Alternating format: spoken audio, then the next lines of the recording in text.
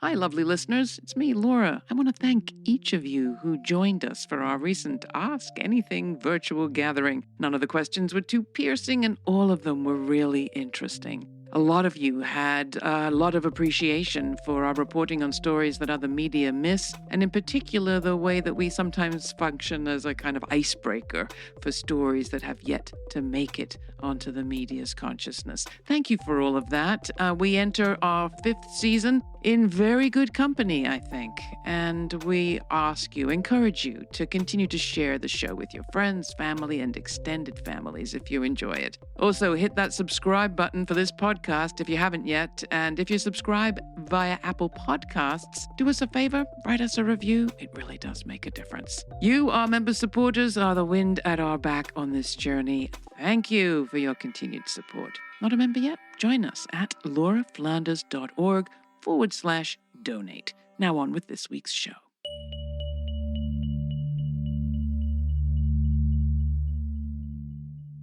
We are living in profoundly grim times. Images and stories of death and destruction are all over the news. And if we use smartphones, they literally pop up in the palm of our hands.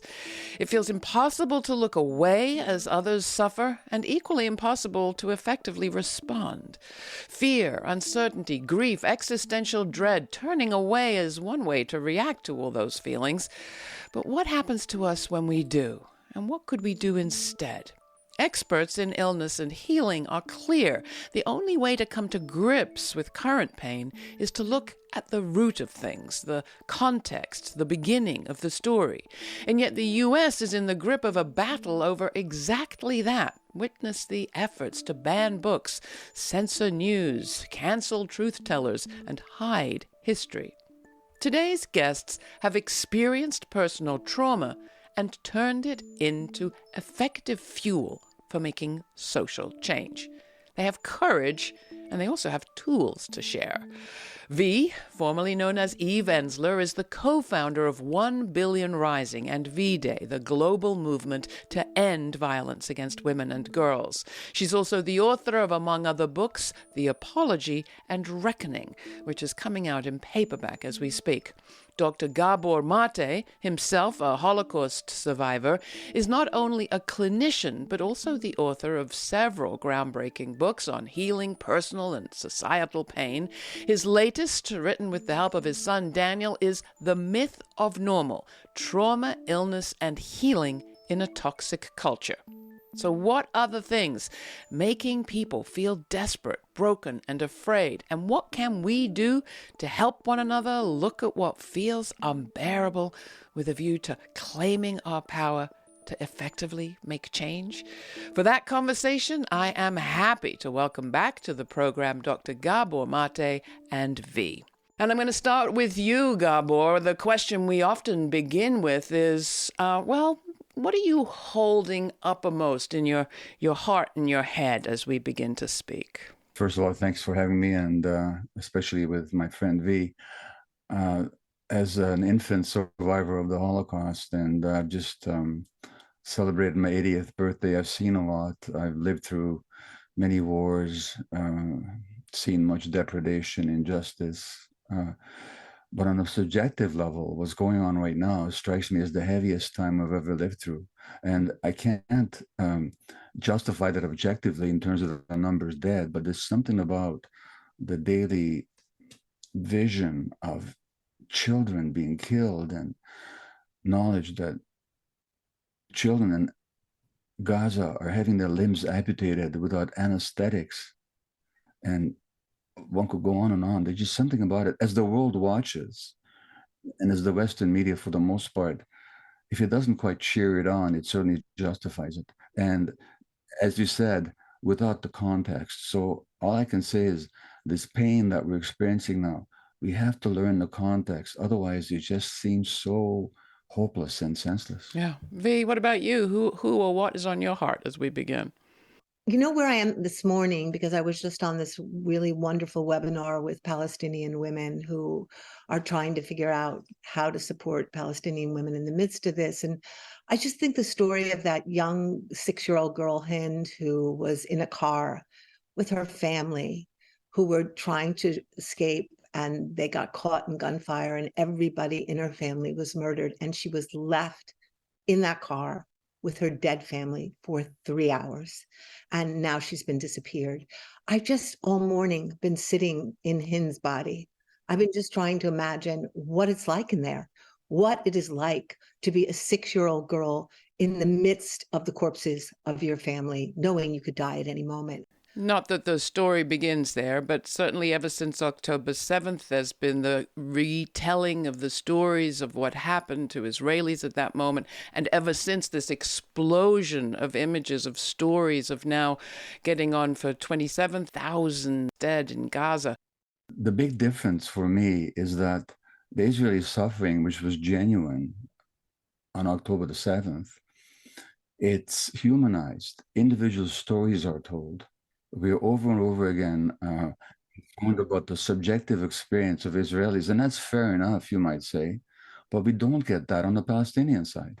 The Palestinians are not humanized. Their daily depredation, suffering, oppression, humiliation, that's been going on for decades, that's not presented to us on a human level. At the best, we get numbers, if we get even that. It's a lack of human engagement with the subjective experience of the other side that makes this so asymmetrical and so upsetting for me. Of course, what happened to people on October 7th was horrendous, but absolutely we know those stories, and everything is about who is telling the story and whose story matters. And we don't know the stories of what's happening to people in Gaza. Most people aren't even seeing the images unless they're plugged into a certain network.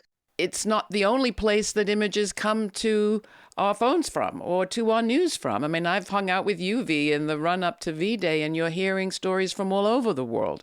It seems like wars are expanding everywhere, and then there's right here at home, where the Surgeon General just a few days ago said that he felt that Americans were experiencing an epidemic of loneliness comparable to the tobacco epidemic, to which the only antidote, he said, was human connection. Gabor, as a doctor, do you think the Surgeon General's right? In my book, The Myth of Normal, which you're kind enough to mention, I actually quote him. And loneliness is as much of a risk factor for illness as smoking 15 cigarettes a day. And in the Western world, there's been an epidemic of loneliness. I mean, twice as many Americans 10 years ago described themselves as lonely as 20 years earlier. In Britain, they've had to appoint a minister for loneliness. That's how bad it's got. And physiologically, loneliness actually works to undermine your immune system, disturb your hormones, and it's a basis for illness. Now, where the Surgeon General is being aspirational and optimistic is that it's nice to call for human connection, and I agree with him. But what he doesn't and perhaps cannot touch upon is that loneliness is not an accident. It's not sort of a human moral failure. It's an outcome and a factor in the way this society is organized, run, and managed day to day. And it's an outcome of economic and political decisions made at the top over the last several decades. It's a manifestation of what I call a toxic culture. And so it's not enough to call for connection. It's important, but it's not enough. We actually look at the structures and the modalities of this society that create that loneliness. V, anything you'd add? There isn't one doctor, therapist, person I talk to that the central theme is not loneliness, aloneness, disconnection, disassociation. And it's not being alone. It's not being in your aloneness where you are in your, it's loneliness, which is almost like a virus. It's a sense that you have no connection, that you don't matter, you have no meaning within a culture. And I just want to say, I think Gabor is absolutely right when he says this has been engineered. Like capitalism, racism, patriarchy feed off of, engineer, catalyze ongoing divisions. That's what it's about. Separating out groups within groups, within groups, within groups, within groups, and people within people. What do drugs do? What do pharmaceuticals do? They give you a personal drug, which then it becomes your problem, your pill that you take by yourself in your room away from everybody else. And I just wanted to say one thing about City of Joy that I just so love about it, which is our sanctuary and our revolutionary center in Congo, where we are serving and loving and transforming and lifting, women who have been through some of the worst sexual atrocities. There is no individual therapy because they don't believe in it, because they don't believe anyone gets better outside of the community, outside of the culture, that you can only heal if the community heals. This is a trailer from the film about City of Joy in Congo. We had no experience with war. When we first heard the word rape, we didn't know what it was. Christine Scholler de Schrijver, director of the City of Joy in the Congo. The powerful countries of the world, they're funding militias. The militias use rape as a weapon of war. Hundreds and hundreds of thousands of women raped and tortured. All the survivors, what do you think they do? They leave. So we ask all these women what they need. A place away from the soldiers, a place where we can have peace. That's how City of Joy started. I have seen the most remarkable results of women at City of Joy because all of their therapy is in community, all of their teaching, all of their dancing, all of their singing, all of their art, all of their learning. And so what's happening is communities are changing. So women are not left alone to fend for themselves or believe their problems are their problems. They understand they are social, political, economic problems that have to be addressed as a whole. Well, maybe you put your finger on it there. Maybe it's not so much the loneliness, although that's clearly huge, as you mentioned, but the being left alone to solve it alone, as if you could. Our society, I think of the academic Lauren Berlant, who passed away a few years ago, and who talked about the cruel optimism of the American dream, that you can somehow be all that you should be without any help from society and instead mostly obstacles. Do you think we're significantly different, and in which ways, from other countries? There's a colleague and a friend of mine, an American psychiatrist and physician called Louis Mel Madrona. And Louis himself is part Lakota background from the US. And he told me that in the Lakota tradition, when somebody gets sick, the community gathers and says, thank you. Your illness manifests some imbalance in our community. And so you're the canary in the mine, as it were. And so your healing is our healing. And what's so frustrating is that indigenous wisdom, which, by the way, is shared by indigenous people around the world, has been now validated by modern science, medical science and psychological science and physiological science. So that it turns out, in the words of one American physician, George Engel, in 1977, we are biopsychosocial creatures, which means our biology is inseparable from our psychological states and our social relationships and the culture that we live in, which is my whole point in my book. Now, America, of all the world, represents this individualistic, aggressive, competitive, selfish ethic more than any other culture in the world. And its culture is permeating the world. So America leads the world in individualism and in the belief that we're separate creatures. 70% of American adults are at least on one medication, and something like 30% are on at least two. And America leads the world in this pill popping to solve problems that originate in social dynamics and have been exacerbated, engineered, as V says, over the last 40 years. Pill popping and, has to be said, pill making. There's an economics here.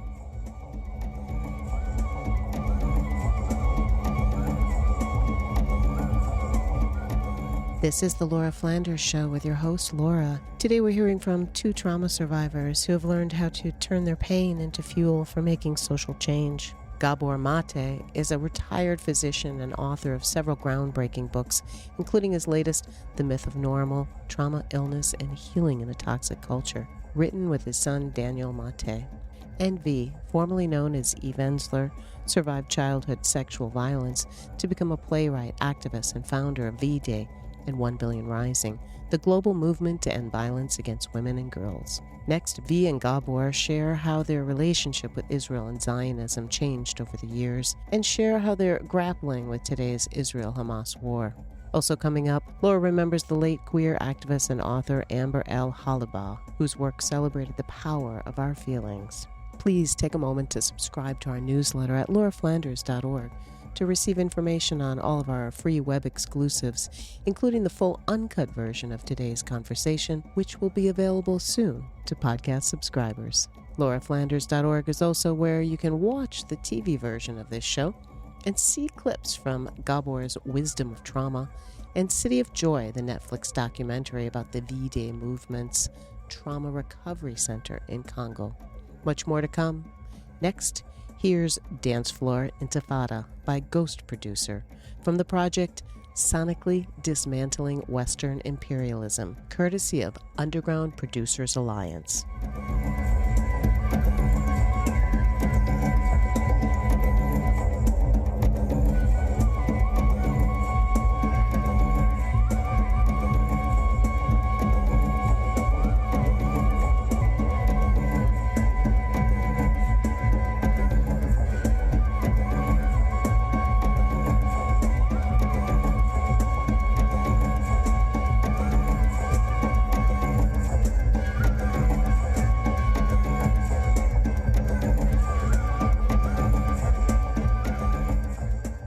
And I want to ask you a little bit about politics, too. I mean, there are people being attracted to authoritarian regimes and strongmen leaders all around the world. It's not just here.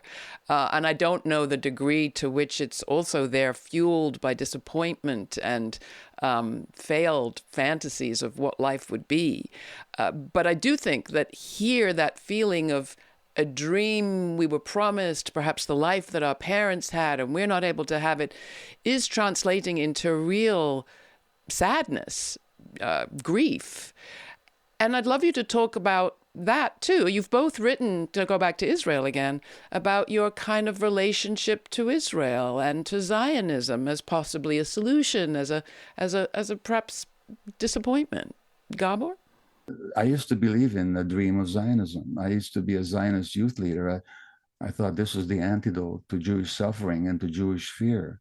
But really what happened was that if you look at the history and the context, the Holocaust was then transmuted into a dream of liberation that imposed a nightmare on the Palestinians. So essentially the fear and rage that Jews incurred in Europe was outsourced to the Palestinians. And we've been imposing it on them ever since. And I don't know what V's personal trajectory, but my own trajectory was, at some point I had to realize that you cannot ensure the security of one people by making another people completely unsafe and insecure. The problem is that the fear imposed by historical trauma makes it difficult for people to look reality in the face. I was never a Zionist, but I had a very hard time criticizing Israel because I obviously am Jewish and felt the complexity of that. I remember the first time I went to Israel and I was shocked at the kind of militarization of the Jewish people. I had never seen so many soldiers and Jewish soldiers. It was just a shocking idea to me. I've always seen us as a reflective, intellectual, analytical, literary, and I think grief is the big thing that gets skipped. Loss, the sense of helplessness, the sense that you could not control your destiny and you had to witness the death and the dying and the annihilation of people you love. Where does all that go? Where does that helplessness go? For me, in my understanding, it either goes into aversion, which is you keep it away at all cost, and then it becomes it gets sick and it turns into something very poisonous, or it goes to rage. It goes to rage. And it becomes aggressive, and it becomes something to keep that grief away, to keep the grief of knowing, the grief that I feel right now, witnessing what is happening to thousands of children every day, and having no ability to intervene on their path, and knowing that my witness is not a rescue. Knowing that my witness cannot save. Like, where did the grief of the Jewish people go? Where did it go? And where does the grief of the world go? The grief of the disappointment of every American realizing there is no American dream. If you want to understand America, look at Donald Trump. All of this attraction to him has to do with, I think, rage. I think it has to do with violence that is beginning to find a way and an outlet because we haven't listened and heard and made people feel like they are a part of and welcome and in community. When you talk about the grief of the world, it's whether you're Israeli or American. We are all living on the grief of stolen land, of stolen hopes and dreams, of being the beneficiaries of others' loss. How do we grapple with that is the question. And you have taught and written and said, Dr. Maté, that trauma can be a teacher. In fact, there's a film on exactly that topic, the wisdom of trauma, that's out there and people can see. Here's a bit of the trailer from that film. In the U.S., the richest society in history, fully half of the citizens have a chronic disorder such as high blood pressure or diabetes. Anxiety amongst young people is growing rapidly. Asthma and autoimmune diseases are on the rise, as are addictions. Depression is rising. Youth suicide is rising. All is not well. I started heroin at 26. That's what really destroyed me. It just takes the pain away. It's easy to want to escape reality completely instead of coping with it. And so the question is, can we be human beings in the midst of civilization? Because what we call civilization demands the denial of human needs. That was just a bit from the trailer, The Wisdom of Trauma. And coming to you, Dr. Maté, Gabor, how do we learn? How do we let our grief teach us? What trauma does is it disconnects us from ourselves, and that disconnection is protective. When you're helpless and small and weak, and you have pain, suffering, distress, and there's no help, then it's protective on the part of the organism to dissociate, to disconnect. That same disconnection then creates all kinds of problems later on in life, whether in physical health, mental health, social relationships, personal relationships. And that all happened to me. I had to deal with my own depression. I had to deal with the travails and stresses of a marriage that was full of love, but full of mutual pain at the same time. And we acted out that pain on each other.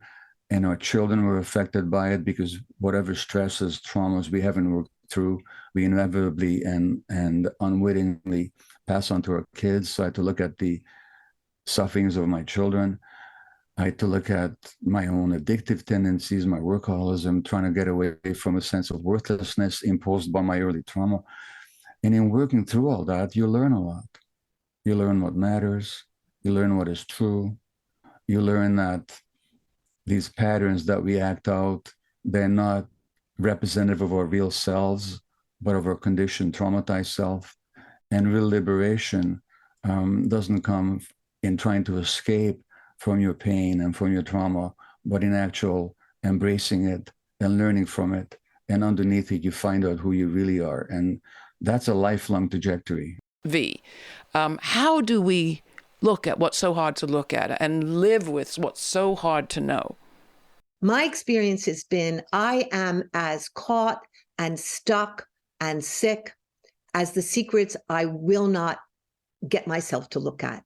And liberation only comes through looking at the truth. When I wrote the apology, which was writing my father's apology to me, it was a very impossible thing because I had to have empathy for my perpetrator.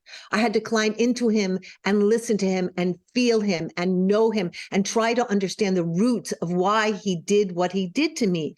And it was agonizing, but it was the greatest liberation of my life because what I came to realize is it had nothing to do with me.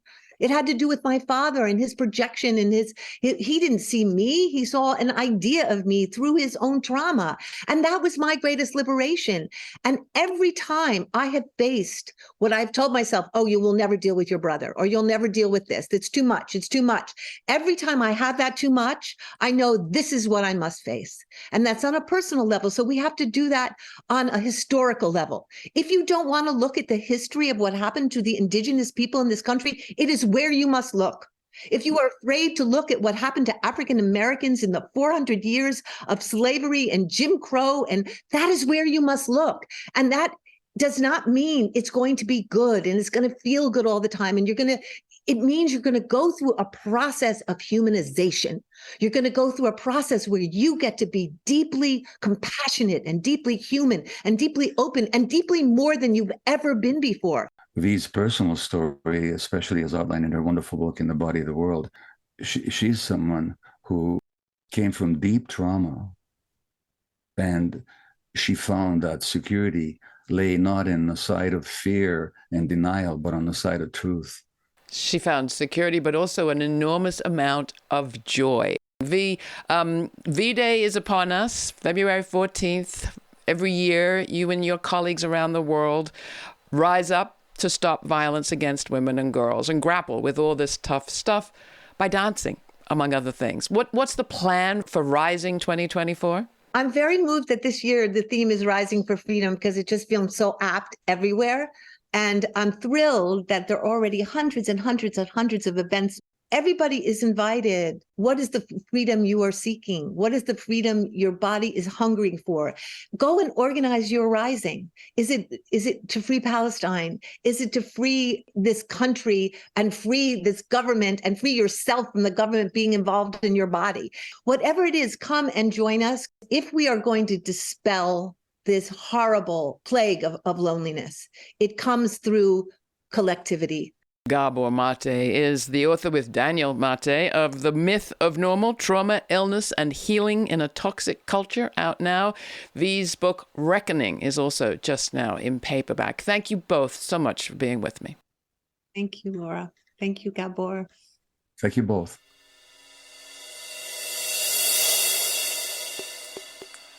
Feelings are powerful things, and we should unleash that power more often. That was the teaching of the late, great queer working-class femme activist and author Amber Hollibaugh. I've interviewed Amber on this program, and she had a great story to tell about the night after the verdict came down in the case of the killing of Mayor Moscone and Supervisor Harvey Milk in San Francisco for their support of the gay community. The crowd was furious there in the Castro, and several high-placed politicians were trying to keep a lid on that anger. Amber, when she got the mic, said, "Let it out. We have a right to be angry, and we should feel that anger more often and act on it." Amber talked about feelings both angry and passionate, about our longings and what it means when we stuff away our feelings and what we long to bring into the world. If you want to see my full conversation with Amber Hollibaugh, who passed away last October at the age of 77, you can in our archives. Thanks for joining me.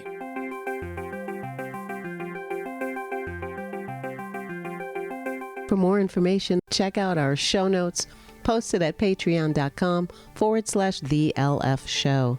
That's also where you'll find an invite to watch the premiere of each week's show on our YouTube channel and chat live in real time with Laura Flanders, Sundays at 11:30 a.m. Eastern Time. Please take a moment to share what you thought of today's report on social media and tag us at the LF Show. And if you are subscribed to this podcast via Apple Podcasts, please take a moment to write a review. It helps tip the algorithms in our favor.